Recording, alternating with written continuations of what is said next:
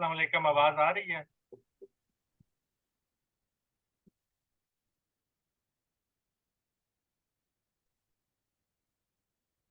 Kindly बता दें, आवाज आ रही है? जी आ रही है।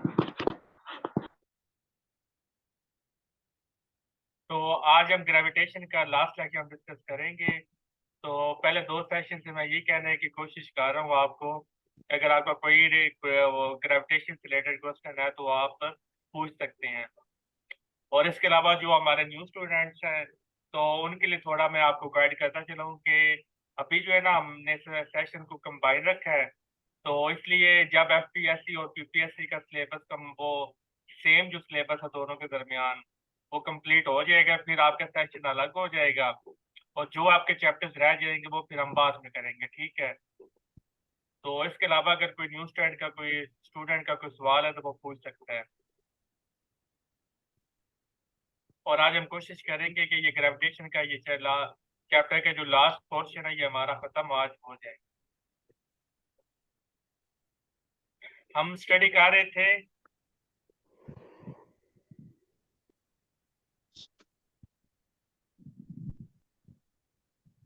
Orbital velocity independent of the mass of the satellite. हमने देखा था कि जो ऑर्बिटल वेलोसिटी होती है वो सैटेलाइट के मास पे डिपेंड नहीं करती, बल्कि वो किसके मास पे डिपेंड करती है, जो बॉडी जिसके गिर्द सैटेलाइट रिवॉल्व करता है उसके मास पे डिपेंड करती है। अगर आप सैटेलाइट की एग्जांपल ले लें तो सैटेलाइट के केस में ऑर्बिटल वेलोसिटी किस पे डिपेंड करेगी, मास ऑफ अर्थ पे। अगर आप अर्थ की ऑर्बिटल वेलोसिटी अगर आप मालूम करना चाहें, फिर अर्थ किसके के रिवॉल्व करता है, सन के अराउंड है, तो फिर जाहिर है कि अर्थ का जो मास है उस पे ऑर्बिटल वेलोसिटी डिपेंड नहीं करेगी, बल्कि किस पे डिपेंड करेगी, सन के मास पे डिपेंड करेगी, क्योंकि सन के कंपैरिजन में अर्थ का कोई मास नहीं होता। तो इसलिए जो मेजर बॉडी होती है जिसके गिर्द बॉडी रिवॉल्व करती है, चाहे वो सैटेलाइट हो चाहे वो प्लैनेट हो, उसके मास पे वो डिपेंड करता है कि जिसके अराउंड बॉडी रिवॉल्व करती है। अगर प्लैनेट होगा फिर जाहिर है ऑब्वियसली जो सन है उसके मास पे डिपेंड करेगा। अगर सैटेलाइट्स होंगे तो फिर वो अर्थ के मास पे डिपेंड करेगी। If the altitude of satellite is n times the radius of the earth, then orbital velocity, अगर आप जो बुलंदी है उसको n टाइम्स बढ़ाते हैं तो ऑर्बिटल वेलोसिटी पे क्या इम्पैक्ट पड़ता है, 1/1 प्लस n का स्क्वायर रूट। तानिया आपने ऑर्बिटल वेलोसिटी का ये फार्मूला देखा था ना, capital G capital M divided by are.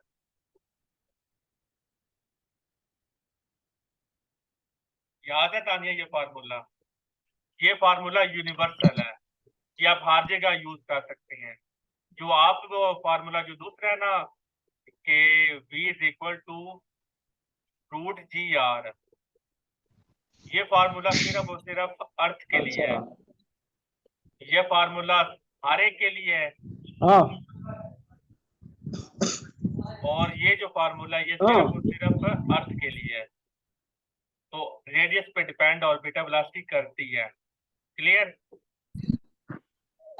Inversely जा रही है ना रेडियस से, तो हम ये कह सकते हैं कि अगर रेडियस ज्यादा होगा तो कैसे वो चेंज कर रही है उसकी वेलोसिटी को। मतलब एक ऑब्जेक्ट है, फर्ज कर लें अर्थ है, उसका रेडियस ज्यादा है किसी और से, तो दोनों में क्या डिफरेंस आएगा फिर? अब ये हमारा फर्स्ट ऑर्बिट है और ये सेकंड ऑर्बिट है और ये सेंटर ऑफ अर्थ है, ठीक है? अब जाहिर है कि जो अर्थ के पास वाला ऑर्बिट होगा उसकी जो वो होगी दूसरी रेडियस वो कम होगा, तो यहाँ पर जब उसका कम होगा तो उसकी जो ऑर्बिटल स्पीड वो ज्यादा होगी या कम होगी? जब कम होगा तब ज्यादा होगा। हाँ जी, यहाँ पर रेडियस कम होगा तो उसकी स्पीड ज्यादा होगी।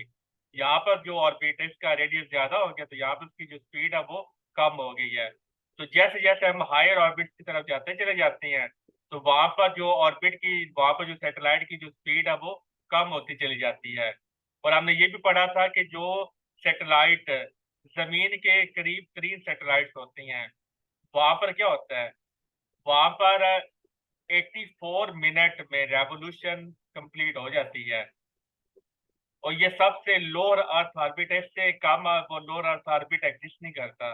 अगर इससे कम होगा तो वो जो सैटेलाइट है वो जमीन पे फॉल कर जाएगा। अगर आप इतनी वो ऑर्बिटल वेलोसिटी होगी फिर वो जमीन के रिवॉल्व करेगा। तो ये जमीन के पास है, 84 मिनट टाइम लेता है पूरा चक्कर करने में अर्थ के अराउंड। फिर आपने जियो स्टेशन सैटेलाइट को देखा था, तो जियो स्टेशन सैटेलाइट 24 आवर्स लेती हैं। तो ये यानी कि जल्दी रेवोल्यूशन कंप्लीट कर ले क्योंकि ये अर्थ के पास होती हैं। और जो जियो स्टेशन सैटेलाइट होती हैं वो अर्थ से दूर चले जाती हैं, इसलिए वहां पर जो स्पीड है वो कम हो जाती है, तो वो 24 आवर्स लेती हैं। क्लियर?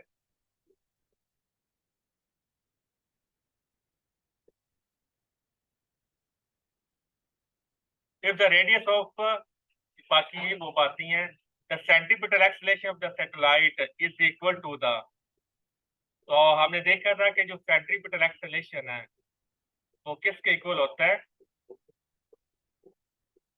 ग्रेविटेशनल एक्सेलरेशन के। क्यों? क्योंकि जाहिर है कि अगर आपने किसी प्लैनेट के रिवॉल्व करना है तो आपको सेंट्रीपिटल फोर्स की जरूरत होती है सर्कुलर ऑर्बिट में रिवॉल्व करने के लिए। तो वो सेंट्रीपिटल फोर्स कौन मुहैया करता है? वो सेंट्रीपिटल फोर्स ग्रेविटेशनल फोर्स मुहैया करेगी। तो जाहिर है कि फिर जब जहां पर फोर्स होगी वहां पर एक्सेलेरेशन आपको मिलेगा। तो जब एक्सेलेरेशन आपको मिलेगा तो वहां पर फिर बॉडी क्या करती है, उसकी वेलोसिटी में चेंज आता है। तो इसलिए जो सेंट्रीपिटल एक्सेलेरेशन वो किसके इक्वल होगा, ग्रेविटेशनल एक्सेलेरेशन के। और सेंट्रीपिटल फोर्स किसके बराबर होगी, ग्रेविटेशनल फोर्स के बराबर होगी। बाकी ये टोटल एनर्जी हो गया, ये काइनेटिक एनर्जी, ये मैंने आपको बोला था कि इनको वैल्यूज को जुबानी आपने याद करना है।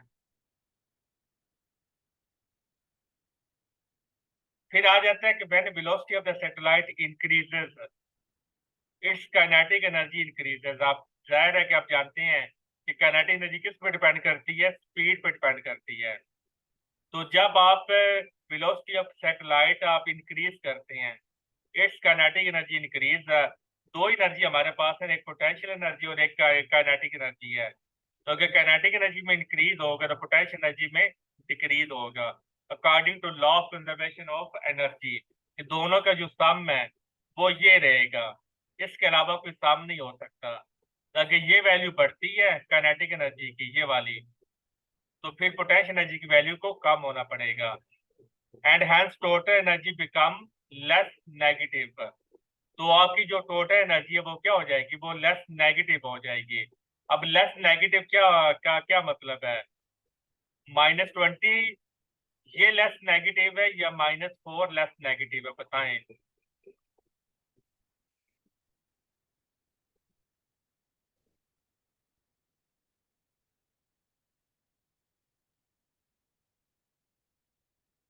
ये लेस नेगेटिव है और ये मोर नेगेटिव है, ठीक है। तो इसलिए जैसे जैसे आप वो जमीन से दूर चलते जाएंगे तो आपकी जाहिर है कि आपकी जो पोटेंशियल एनर्जी है उसमें कम आना है, क्योंकि आप जानते हैं कि जो पोटेंशियल एनर्जी है वो किस वजह से आती है, फील्ड से इंटरेक्शन की वजह से आती है, ठीक है। पोटेंशियल एनर्जी आपकी फील्ड से इंटरेक्शन की वजह से वजूद में आती है। तो जैसे जैसे आप दूर चलते चले जाएंगे आपका जो इंटरेक्शन है फील्ड के साथ वो कम होता चला जाएगा। तो जब फील्ड का इंटरेक्शन, आप फील्ड से इंटरेक्शन आपका कम होता चला जाएगा तो फिर आपकी जो पोटेंशियल एनर्जी वो कम हो जाएगी।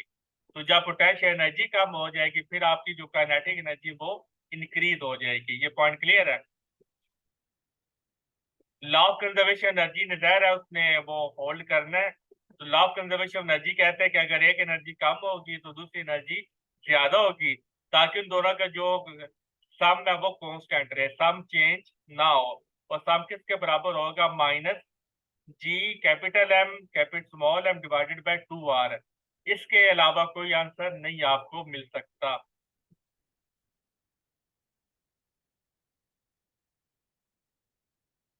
और यहाँ पर भी लिखा हुआ है कि when velocity of satellite increases, ठीक है। और यहाँ पर मैंने अभी आपको थोड़ी देर पहले बताया कि जैसे जैसे सैटेलाइट जो है वो जमीन से दूर चला जाता है, उसकी स्पीड कम होती है। और वो मैंने सेंस में आपको बताया था पोटेंशियल एनर्जी के रिस्पेक्ट से, ठीक है। क्योंकि जो सैटेलाइट जमीन के पास होती है वहां पर उसकी पोटेंशियल एनर्जी ज्यादा होती है, उसकी जो काइनेटिक एनर्जी कम होगी, तो उसके रिस्पेक्ट में उसकी जो वो पोटेंशियल एनर्जी ज्यादा होगी। लेकिन जैसे जैसे अब वो सैटेलाइट जमीन से दूर चला जाएगा तो उसकी पोटेंशियल एनर्जी कम हो जाएगी, लेकिन उसकी भी जो काइनेटिक एनर्जी वो इंक्रीज हो जाएगी। तो इन दोनों में आपने डिफ्रेंशिएट रखना है। यहाँ पर जो मैंने आपको बताया ना स्पीड का, के जी 84 मीटर रहती हैं जो जमीन के पास होती हैं। अब जो सैटेलाइट जिनका टाइम पीरियड 84 मिनट है, अब इसका कतई तौर पर यह मतलब नहीं है कि इनकी काइनेटिक एनर्जी मैक्सिमम होगी, नो। इनकी पोटेंशियल एनर्जी मैक्सिमम होती है। क्यों? क्योंकि ये फील्ड के पास होते हैं। तो जब फील्ड के पास होंगे तो इनका इंटरेक्शन फील्ड के साथ ज्यादा होगा।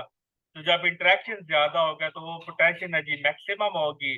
तो जब एक एनर्जी मैक्सिमम है तो दूसरी एनर्जी को मिनिमम होना पड़ेगा, ताकि लॉ ऑफ कंजर्वेशन को होल्ड कराया जा सके। और ये हमने बार बार पढ़ चुके हैं कि जहाँ पर पोटेंशियल एनर्जी मैक्सिमम होती है वहां पर काइनेटिक एनर्जी मिनिमम होती है, और जहां पर काइनेटिक एनर्जी मिनिमम होती है वहां पर पोटेंशियल एनर्जी मैक्सिमम होती है। क्लियर है ये पॉइंट? तो पोटेंशियल एनर्जी के रिस्पेक्ट से अगर आप बात करें तो 84 मिनट जो वो होगा तो इसकी पोटेंशियल एनर्जी ज्यादा और इसकी काइनेटिक एनर्जी कम। और यहाँ पर जिसका टाइम पीरियड 24 है, इसकी पोटेंशियल एनर्जी कम और इसकी काइनेटिक एनर्जी ज्यादा। बता दे क्लियर ये पॉइंट?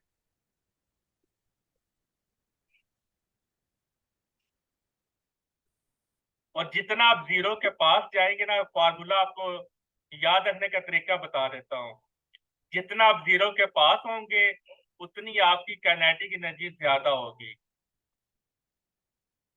जितना आप जीरो के पास होंगे उतनी आपकी काइनेटिक एनर्जी ज्यादा और पोटेंशियल एनर्जी कम। और जितना आप जीरो से दूर जाएंगे उतना आपकी पोटेंशियल एनर्जी ज्यादा और काइनेटिक एनर्जी कम। तो ये अगर आप ट्रिक याद रख लेंगे फिर आपको मुश्किल पेश नहीं आएगी। जैसे यहाँ पे लिखे the total energy of the satellite becomes positive, the satellite escapes from the gravitational pull of the earth. तो जाहिर है कि जब वो जीरो पोटेंशियल एनर्जी कहाँ पर होती है? इन्फिनिटी पे। और इन्फिनिटी का मतलब वहां पर फील्ड एग्जिस्ट नहीं करता। तो वहां पर फिर बॉडी क्या करेगी? एस्केप हो जाएगी, उस फील्ड से निकल जाएगी। When the satellite is taken to greater height of potential energy increases, become less negative, kinetic energy decreases. अब अगर आप एक सैटेलाइट है वो लोअर अर्थ ऑर्बिट में रिवॉल्व कर रहा है, जैसे ये,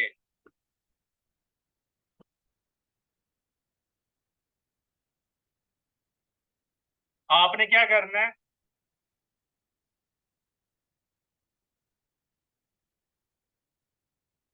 आपने इसको हायर ऑर्बिट की तरफ लेकर जाना है, ठीक है। तो जब आपने इसको हायर ऑर्बिट की तरफ लेकर जाना है तो फिर आप क्या करना पड़ेगा? वो कहता है कि इसकी जो पोटेंशियल एनर्जी वो इंक्रीज हो जाएगी और काइनेटिक एनर्जी इसकी क्या हो जाएगी? इसकी डिक्रीज हो जाएगी।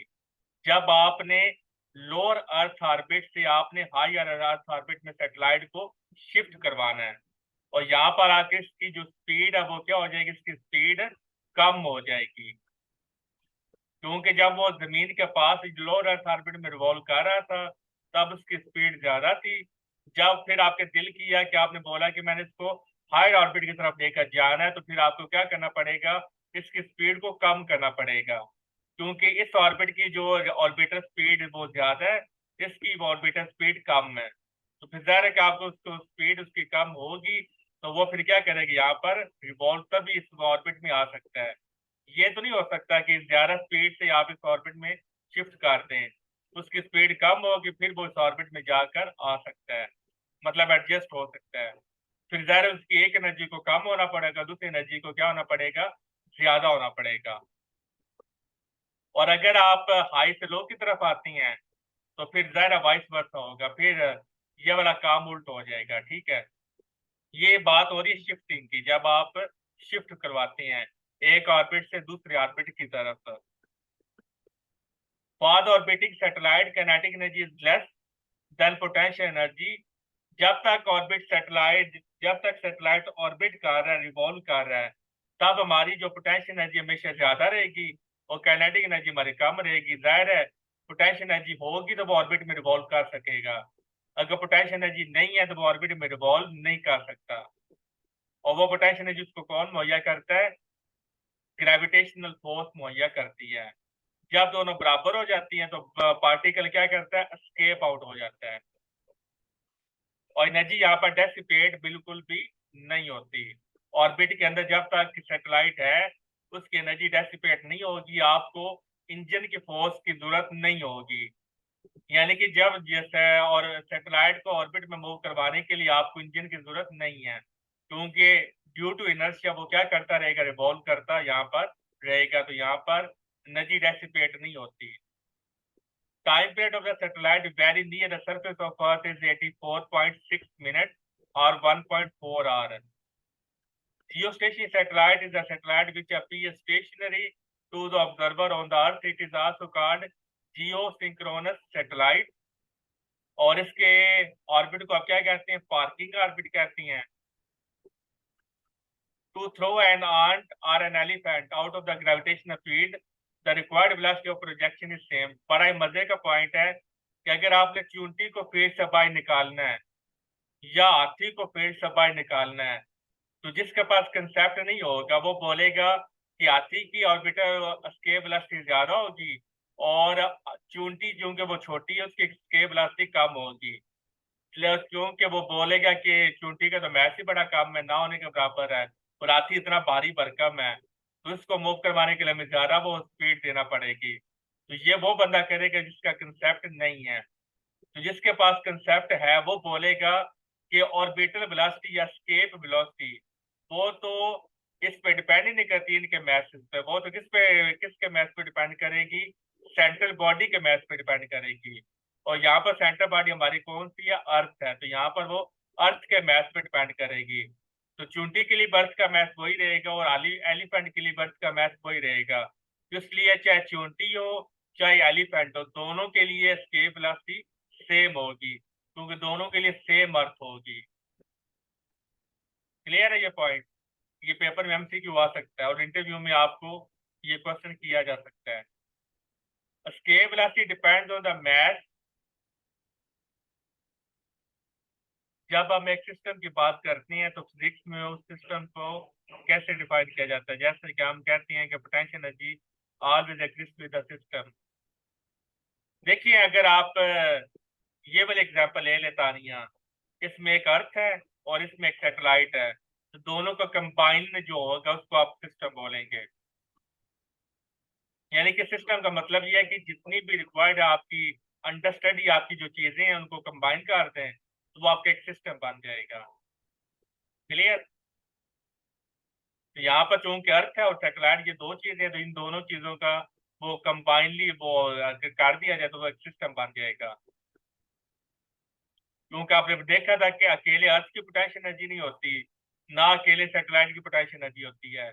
जब दोनों इकट्ठे आएंगे तो अब जब दोनों एक दूसरे के साथ इंटरेक्ट करेंगे फिर पोटेंशियल एनर्जी आएगी। अगर आपसे अकेली अर्थ ले लें, पोटेंशियल एनर्जी है ही नहीं है इसकी। अकेला सैटेलाइट ले लें, नो पोटेंशियल एनर्जी। लेकिन जब दोनों एक दूसरे के साथ इंटरेक्ट करेंगे फिर पोटेंशियल एनर्जी आएगी, क्योंकि आपने पढ़ा था कि पोटेंशियल एनर्जी नहीं होती, पोटेंशियल एनर्जी एग्जिस्ट नहीं करते, बल्कि क्या एग्जिस्ट करता है? Change in potential energy exist करता है। लेकिन हम क्या करते हैं? हम जब भी टीचर पढ़ाता है तो हम क्या वर्ड यूज करते हैं? सिर्फ और सिर्फ पोटेंशियल एनर्जी का वर्ड यूज करते हैं। साथ में हम ये भी बता रहे होते हैं कि ये एग्जिस्ट ही नहीं करती, और फिर बार बार हम यही वर्ड यूज करते हैं। तो जब भी कोई टीचर या प्रोफेसर ये वाला वर्ड यूज करता है ना, पोटेंशियल एनर्जी, तो इसका मतलब है कि आपका जो रेफरेंस पॉइंट वो क्या है? वो इन्फिनिटी है। क्योंकि दो पॉइंट की जरूरत होती है ना, तो तब आप बोलेंगे कि एक पॉइंट इन्फिनिटी है रेफरेंस पॉइंट और दूसरा पॉइंट फील्ड के अंदर है, तब आप ये वर्ड यूज करेंगे। जब आप ये वर्ड यूज करते हैं चेंज इन पोटेंशियल एनर्जी, तब आपके दोनों पॉइंट्स जिनके दरमियान आपने पोटेंशियल एनर्जी मालूम करनी है, तो वो फिर फील्ड के अंदर होंगे। ये बात आपने याद रखनी है।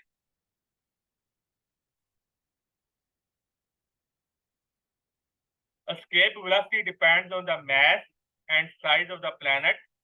That is why escape velocity on the planet Jupiter is more than the Earth, क्योंकि जुपिटर का mass और है, अर्थ का mass और है, and escape velocity on the moon is less than that of Earth.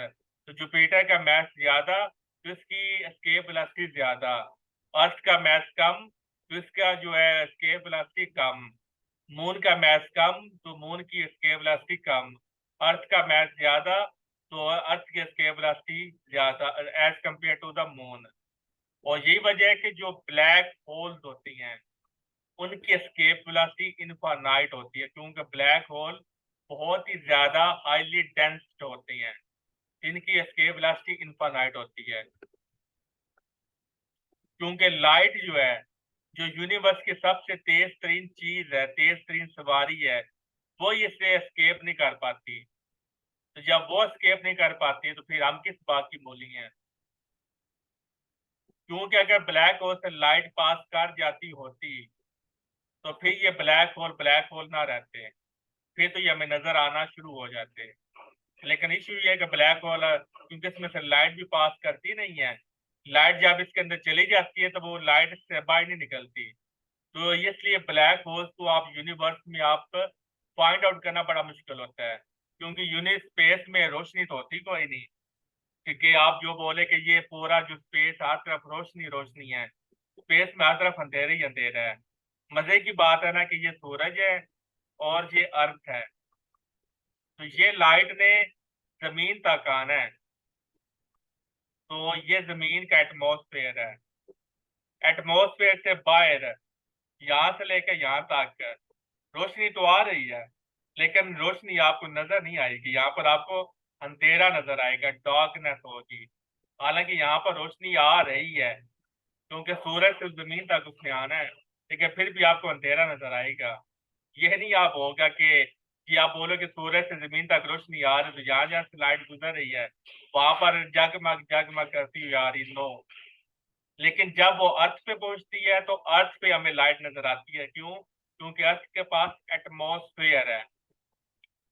Atmosphere का मतलब है कि अर्थ के पास गैसेज हैं, तो हर एक अपना पर रिफ्रैक्टिव इंडेक्स है, तो लाइट के साथ इंटरेक्ट करती है, तभी हमें जो है वो लाइट नजर आती है, अदरवाइज हमें लाइट नजर ना आती।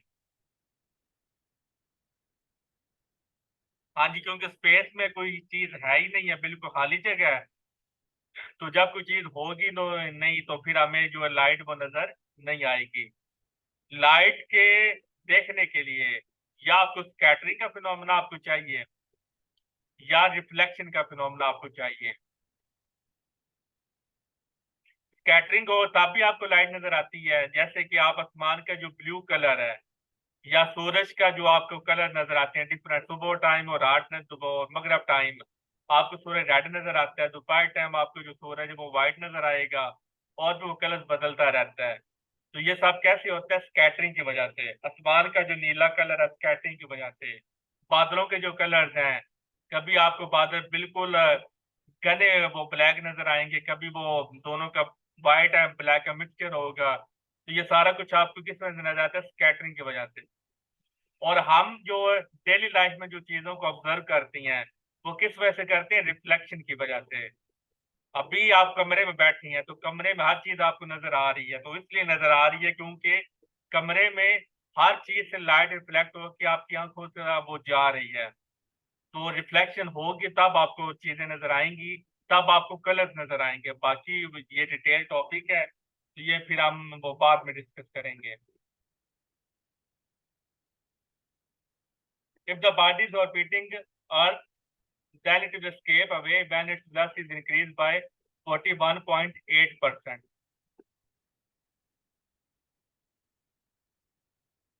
अगर एक सैटेलाइट है वो जमीन के गिर्द रिवॉल्व कर रहा है, तो आप 41.8% आप उसकी वेलोसिटी को बढ़ा दें, तो वो फिर क्या कर जाएगा, वो escape out कर जाएगा फील्ड से।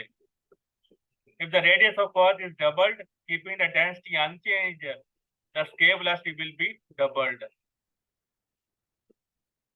तो ये escape velocity और beta velocity की डिमांड रिलेशनशिप है, ये सारे पेपर में हम सीक्यू आए हुए हैं। If the body is at height h above the surface of earth, then escape velocity is given by, अगर एट वो हाइट पे है तो दो फार्मूले हैं, या तो ये फार्मूला है या फिर फार्मूला बनता है 2g स्मॉल r। तो जो मेरे पुराने स्टूडेंट हैं उनको अच्छी तरह से अंदाजा है कि मैंने यहाँ पर कैपिटल आर नहीं लिखा। अगर आप यहाँ पर कैपिटल आर लिखेंगे फिर ये फार्मूला गलत हो जाएगा, क्योंकि बॉडी एट अ हाइट पे है। जब बॉडी एट अ हाइट पर होगी तब आपके पास या ये फार्मूला यूज कर सकती हैं या ये फार्मूला यूज कर सकते हैं। क्यों? क्योंकि r is equal to r plus H, दोनों एक ही बात है। या आप r प्लस एच यूज कर लें जैसे कि यहाँ पर हमने यूज किया है, या फिर आप सिर्फ स्मॉल आर यूज कर लें। तो यहाँ पर स्मॉल आर का वर्ड दिया होगा तो वहां पर आपको ये मेंशन किया होगा कि ये r प्लस एच है, तो इस चीज का आपने ध्यान रखना है। It is the least velocity required by a body to escape from the gravitational pull of the earth. ये कम से कम वेलोसिटी आपने देनी होती है, इससे ज्यादा वेलोसिटी भी आप दे सकते हैं, लेकिन इससे कम वेलोसिटी होगी तो वो फिर बॉडी एस्केप नहीं करेगी। इतनी वेलोसिटी या इससे ज्यादा वेलोसिटी देंगे तो बॉडी क्या कर जाएगी, एस्केप आउट हो जाएगी। अगर आपने सरफेस ऑफ अर्थ से बॉडी को एस्केप करवाना है तो फिर आपकी वेलोसिटी कितनी हो जाती है, 11.20 किलोमीटर पर second. Body does not return to the earth when fired with escape velocity irrespective of the angle of projection. यानी कि एंगल पर डिपेंड नहीं करते, क्योंकि फार्मूले में कोई एंगल का जिक्र नहीं है, थीटा का जिक्र नहीं है, तो इसलिए एंगल पर डिपेंड नहीं करती। ये सिर्फ और सिर्फ रेडियस ऑफ अर्थ पे या हाइट पे डिपेंड करती है। The escape velocity for the moon, अब देखिए अर्थ के लिए 11.4 किलोमीटर है और मून के लिए सिर्फ 2.4 किलोमीटर पर सेकंड है। When a projectile is fired with velocity less than escape velocity, the sum of its gravitational potential energy and kinetic energy is negative. बड़ा इंपॉर्टेंट पॉइंट है कि escape velocity से कम अगर आप velocity देंगे तो फिर एनर्जीज का जो सम है वो नेगेटिव में आंसर आएगा। नेगेटिव होने का मतलब क्या है कि सिस्टम बाउंड है, आपका पार्टिकल, आपका प्रोजेक्टाइल आजाद नहीं हो सकता। जब उससे पॉजिटिव एनर्जी मिलेगी तब आपका जो प्रोजेक्टाइल है वो आजाद हो सकता है। जब तक एनर्जी नेगेटिव रहेगी तब तक आपका जो प्रोजेक्टाइल है वो जेल में बंधा रहेगा, वो फील्ड की कैद में रहेगा। अगर आपने फील्ड में आजाद करवाना है तो फिर आपको प्लस में एनर्जी देना पड़ेगी। If the ratio of the radii of two planets is r and ratio of the acceleration due to gravity on the surface of is small a, बाकी ये then ratio of escape velocity is square root a, और अगर आप radius को double करेंगे तो ये relationship होगा। If a body falls freely from infinite height, then it reaches the surface of Earth with velocity 11.2 kilometre पर सेकंड। कि अगर आप वो इनफाइनाइट हाइट से जमीन पर नीचे गिर रही है तो उसकी नीचे आने की वेलोसिटी क्या होगी, 11.2 किलोमीटर पर सेकंड होगी, क्योंकि इसी वेलोसिटी से आपने उसको क्या दिया था, आपने नीचे से ऊपर फेंका था। तो जब वो ऊपर से नीचे आएगा तो इसकी वेलोसिटी से वो नीचे आएगी। ये नहीं होगा कि भेजा आपने 11.2 किलोमीटर पर सेकंड वेलोसिटी से है और जो वापस है वो कुछ और वेलोसिटी से वापस आए, क्योंकि स्पेस में हवा होती नहीं है जिसकी वजह से आप बोलें कि जी फ्रिक्शन मौजूद है तो वो एनर्जी डेसिपेट हो जाएगी। ये चक्कर वहां पर है कोई नहीं, तो जो वेलोसिटी आप देंगे वही वेलोसिटी से वो वापस आ जाएगा।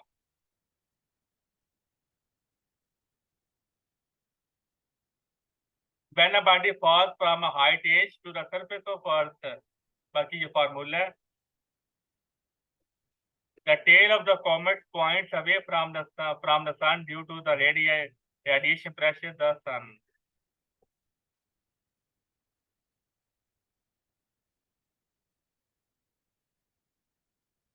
तो यहाँ पर हमारा ग्रेविटेशन के चैप्टर हुआ एंड। तो अगर आपको कोई सवाल है तो आप पूछ सकती हैं। 8 मिनट अभी लेक्चर में रहती हैं।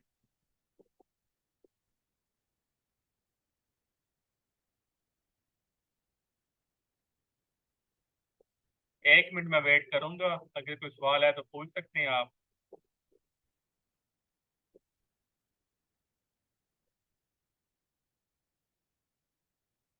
हमारा अभी 3 क्वेश्चन फाइल रहती हैं, 2 हमारा आपने भेजी हैं और एक भेजी है आसिम ने। तो कल इंशाल्लाह ताला हम जो क्वेश्चन फाइल है वो डिस्कस करेंगे।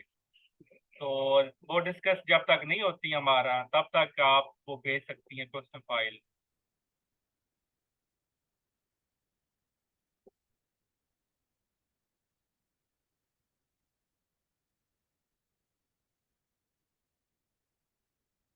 कहने कहाँ कौन सी बात आप कर रही हैं? ये वाला पॉइंट आप बता रही हैं? इसमें फ्रीली फॉल कर रहा था इनफाइनाइट हाइट से ऑब्जेक्ट। इनफाइनाइट हाइट का मतलब है उसको ग्रेविटेशन फील्ड से बाहर। जब आप फील्ड से बाहर चले जाते हैं तो वो हाइट आपके लिए इनफाइनाइट होती है। ये 11.2 किलोमीटर हमने कैलकुलेट की। इसी वजह से तो आपने नीचे से बाहर, आपने ये सरफेस ऑफ अर्थ है और ये फील्ड है। तो सरफेस ऑफ अर्थ से फील्ड से बाहर निकालने का आपने कितनी वेलोसिटी दी? 11.2 किलोमीटर पर सेकंड। तो जब आपने इतनी वेलोसिटी दी है फील्ड से बाहर निकालने के लिए, तो जब अगर वो फिर बॉडी वापस आती है तो उसकी वेलोसिटी यही होगी। ये नहीं होगा कि पेज किसी और वेलोसिटी से नहीं और वापस किसी और वेलोसिटी से आए।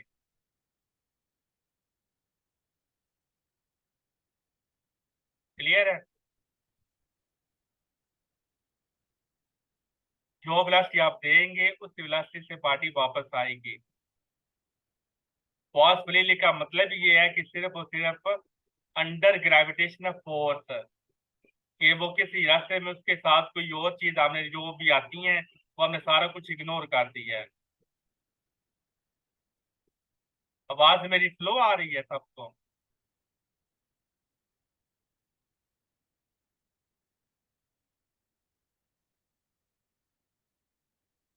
यार फिर आपकी तरफ इशू है। कांस्टेंट फील्ड तानिया वो होता है जहां पर फोर्स हमारी कांस्टेंट रहती है। तो यानी कि कांस्टेंट फील्ड वही है कि जब आप जहाँ, ये सिंपल वर्ड में आप कह लेंगे, जहाँ पर स्मॉल जी होता है ग्रेविटेशनल एक्सेलरेशन, जब तक जो है इसकी वैल्यू 9.8 मीटर पर सेकंड स्क्वायर रहेगी वहां तक फील्ड हमारा कांस्टेंट रहेगा। जहां पर इसके वैल्यू चेंज होना शुरू हो जाए वहां पर फिर वेरिएबल फील्ड आ जाता है। वेरिएबल फील्ड काफी वो मैक्सिमम हाइट पर आपको मिलता है, यानी कि काफी ज्यादा हाइट पर जब आप चले जाती हैं तो वहां पर फिर जाहिर है कि आप जो है वो जो अर्थ वहां पे, वहां से आप बहुत दूर जा चुकी हैं। तो जब वहां से आप बहुत दूर जा चुकी होंगे फिर जाहिर है कि वहां पर आपकी जो फोर्स है वो कांस्टेंट नहीं रहेगी, चेंज हो जाएगी। तो वहां पर फिर आपका जो फील्ड है वो भी वेरिएबल हो जाएगा। क्लियर? बाकी सब तो सही आ रही है, जहाँ सिर्फ आपकी तरफ इशू है।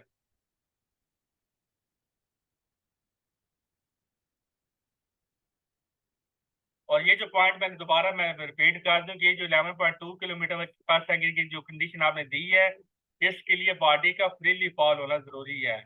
अगर आप ये रजिस्टर को कंसीडर कर लेंगे तो फिर ये वैल्यू नहीं आएगी, क्योंकि जब उसने अर्थ के अंदर एंटर होना है, अर्थ के एटमॉस्फेयर में, तो वहां पर आप जानते हैं कि हवा ज्यादा होती है। तो वहां पर जब हवा ज्यादा होगी तो उस प्रोजेक्टाइल की या बॉडी की वेलोसिटी चेंज हो सकती है। लेकिन ये हमने कंडीशन लगाई है कि बॉडी क्या करे, फ्रीली फॉल करेगी, तब उसकी वेलोसिटी ये रहेगी। नीचे से ऊपर जाने में भी यही वेलोसिटी और ऊपर से नीचे आने में भी यही वेलोसिटी, बशर्ते कि बॉडी क्या कर रही है, फ्रीली फॉल कर रही है, यानी कि सिर्फ और सिर्फ अंडर ग्रेविटेशनल फोर्स वो फॉल करे। क्योंकि स्पेस में तो हवा नहीं है, लेकिन जब अर्थ के एटमॉस्फेयर में एंटर होगी, अर्थ का ये एटमॉस्फेयर और ये अर्थ की सरफेस है, तो सरफेस तक पहुंचने के लिए उसको बहुत ज्यादा यहाँ पर हवा का सामना करना पड़ता है।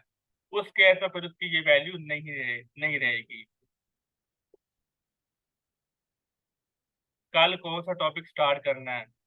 कल जो मुकद्दस इंटरव्यू में जो प्रीवियसली पॉसिबल क्वेश्चन पूछे जा सकते हैं ना, कल हम इंशाल्लाह वो डिस्कस करेंगे। ठीक है? साथ साथ में इंटरव्यू की प्रेपरेशन भी करवा रहे हैं। तो जो मुमकिन तौर पर इंटरव्यू में आपसे सवाल किए जा सकते हैं, कल हम वो डिस्कस करेंगे।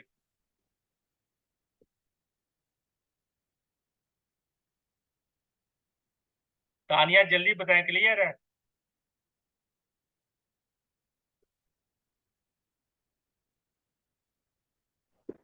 सर आवाज नहीं आई थी उस वक्त। रिकॉर्डिंग लेक्चर फिर आप सुन लीजिएगा, क्योंकि 2 मिनट रह दिए हैं, 3 मिनट का। आपने कौन सा सवाल किया था?